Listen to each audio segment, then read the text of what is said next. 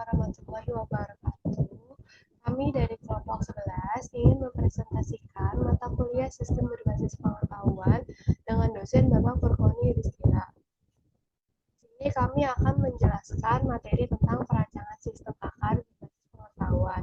Perkenalkan, saya Arina Letusahyo dan teman saya Yudi Andi Siregar dan Chandra Jaya.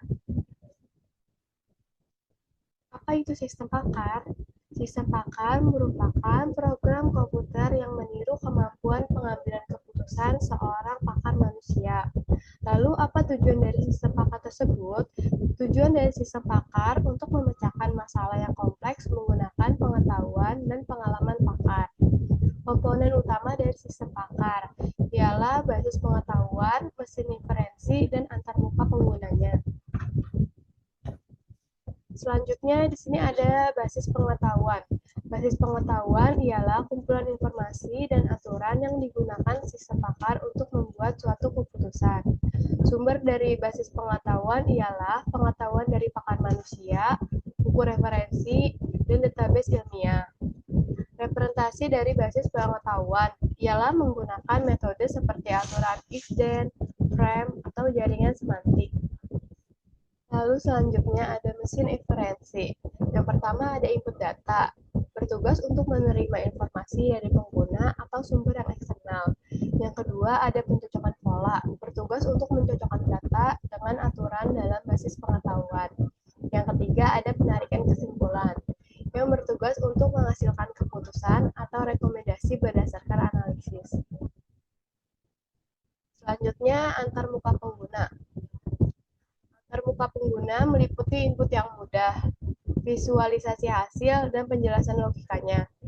Input yang mudah itu memungkinkan pengguna memasukkan data dengan cara yang intuitif. Visualisasi hasil ialah menampilkan kesimpulan dari rekomendasi dalam format yang jelas. Penjelasan logika antarmuka ialah memberikan alasan dibalik keputusan yang diambil oleh sistem tersebut. Selanjutnya yaitu metode akuisisi pengetahuan. Di sini ada wawancara pakar, analisis dokumen, dan observasi lapangan. Wawancara pakar yaitu mengumpulkan informasi langsung dari ahli di bidangnya. Analisis dokumen mempelajari literatur dan laporan teknis terkait. Observasi lapangan mengamati pakar saat penyelesaian masalahnya. Teknik representasi pengetahuan. Ada empat tingkatan di sini. Yang pertama aturan produksi, yang kedua frame, yang ketiga jaringan semantik, dan keempat logika fusi. Setiap teknik memiliki kelebihan dalam mempresentasikan jenis pengetahuan tertentu. Nah, di sini proses pengembangan sistem pakar ada 5 poin ya. Yang pertama yaitu identifikasi masalah, menentukan ruang lingkup dan tujuan sistem pakar. Yang kedua akuisisi pengetahuan, mengumpulkan informasi dari pakar dan sumber lainnya. Yang ketiga desain sistem, merancang struktur basis pengetahuan dan mesin inferensi. Yang keempat implementasi, yaitu membangun prototipe dan mengembangkan sistem lengkap. Yang kelima yaitu pengujian dan evaluasi, yaitu memastikan akurasi dan kegunaan sistem. Selanjutnya strategi inferensi, forward chaining dan backward chaining. Forward chaining dimulai dari fakta yang diketahui, lalu menarik kesimpulan baru hingga mencapai tujuan. Backward chaining dimulai dari tujuan, lalu mencari bukti yang mendukung hingga menemukan fakta awal.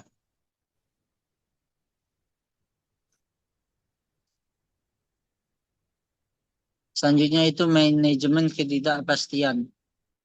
Faktor kepastian, menggunakan nilai numerik untuk mengukur keyakinan terhadap satu fakta. Logika fusi, menangani ketidakpastian dengan menggunakan derajat keanggotaan. Dan teori Dempster-Shaver, menggabungkan bukti dari berbagai sumber untuk menilai probabilitas. Baik, saya akan melanjutkan presentasi kami. yaitu tentang validasi dan verifikasi. Yang pertama adalah untuk memvalidasi atau memverifikasi, kita perlu uji konsistensinya.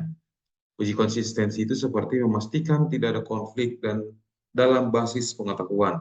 Kemudian yang kedua adalah uji performa, membandingkan hasil sistem dengan keputusan pakar manusia. Kemudian yang ketiga adalah uji penerimaan, mengevaluasi kepuasan pengguna akhir terhadap sebuah sistem.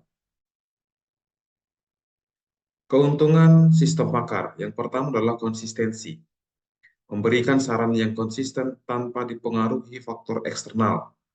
Kemudian ketersediaan dapat diakses 24 jam dalam 7 hari tanpa batasan waktu atau lokasi.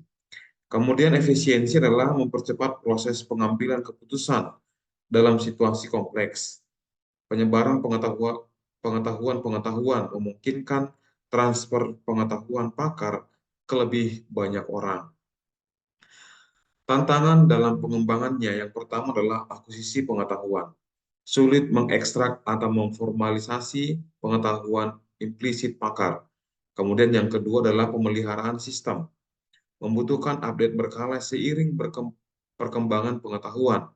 Kemudian yang ketiga adalah keterbatasan domain.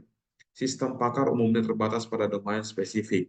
Kemudian yang keempat adalah penerimaan pengguna.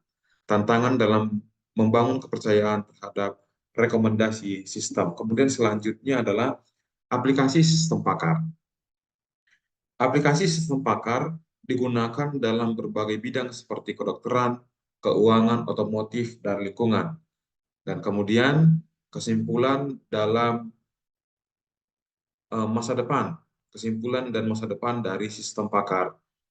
Yang pertama adalah integrasi dengan AI. Pembangunan sistem pakar dengan machine learning untuk meningkatkan kemampuan adaptasi. Kemudian etika dan transparansi. Fokus pada pengembangan sistem yang dapat dijelaskan dan bertanggung jawab. Dan yang terakhir adalah sistem pakar hybrid. Kombinasi berbagai teknik kecerdasan buatan untuk solusi komprehensif. Demikian presentasi yang boleh kami sajikan dari kelompok kami. Kami ucapkan terima kasih.